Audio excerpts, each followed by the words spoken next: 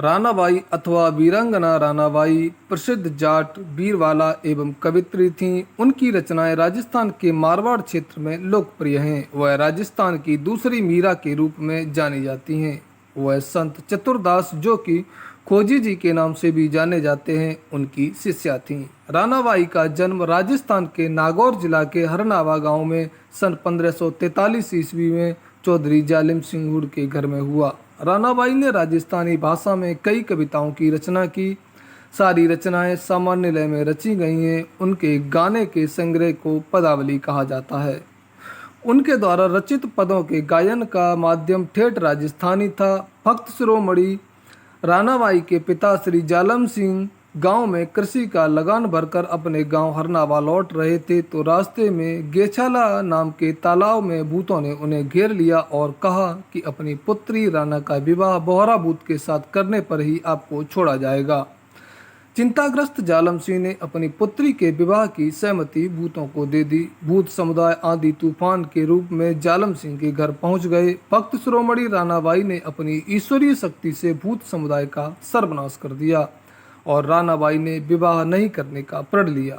उन्होंने विक्रम संवत 1627 को फाल्गुन मास के शुक्ल पक्ष की त्रयोदशी को जीवित समाधि ली। प्रत्येक मास की शुक्ल पक्ष की त्रयोदशी को रानाबाई की धाम पर हरनावा गांव में मेला लगाया जाता है। भाद्रपद और माघ मास की शुक्ल पक्ष की 13 त्रयोदशी को राना मंदिर में भक्तों की अपार भीड़ रहती है। हरनावा पट्टी नागौर की रानाबाई ने गुरु खोजी जी के सानिध्य में रहकर श्री राम की भक्ति की। भक्ति के कारण रानाबाई जी में ईश्वरीय देवीय शक्ति आ गई थी। एक बार बोराबड़ के मेड़तिया ठाकुर श्री राज सिंह जोधपुर दरबार का साथ देने के लिए बहादुर शाह से युद्ध करने के लिए अहमदाबाद जा रहे थे। रास्ते में हरनावा गांव में रुके।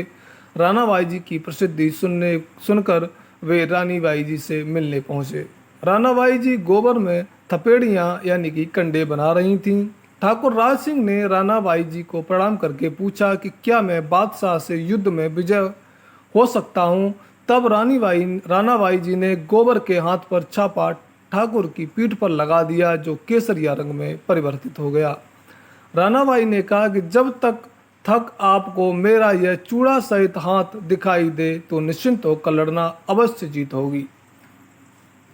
बोराबड़ दरबार बादशाह से युद्ध करके विजयी हो गए और खुशी से कारण रानाबाई को भूल गए। उन्होंने रानाबाई जी को वचन दिया था कि जब जीत कर आऊँगा तो आपके पास आपको प्रणाम करके ही घर जाऊंगा। जब बोराबड़ दरबार मैं सेनागढ़ के प्रवेश कर रहे थे तब हाथी गढ़ के प्रवेश द्वार पर रुक गया।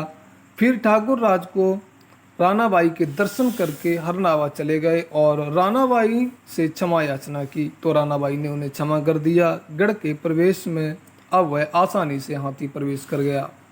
यह कहा जाता है कि गोबर के हाथ का छापा केसरिया रंग वाला कुर्ता आज भी बोरावड़ के गढ़ में विद्यमान है। आज भी रानाबाई जी की ईश्वरीय शक्ति भक्तों को देखने के लिए उस समय मिलती है जब प्रसाद के रूप में चढ़ाए गए नारियल की ऊपरी परत दाढ़ी वाले हिस्से को एकत्रित होकर स्वतः ही प्रज्वलित हो जाती है।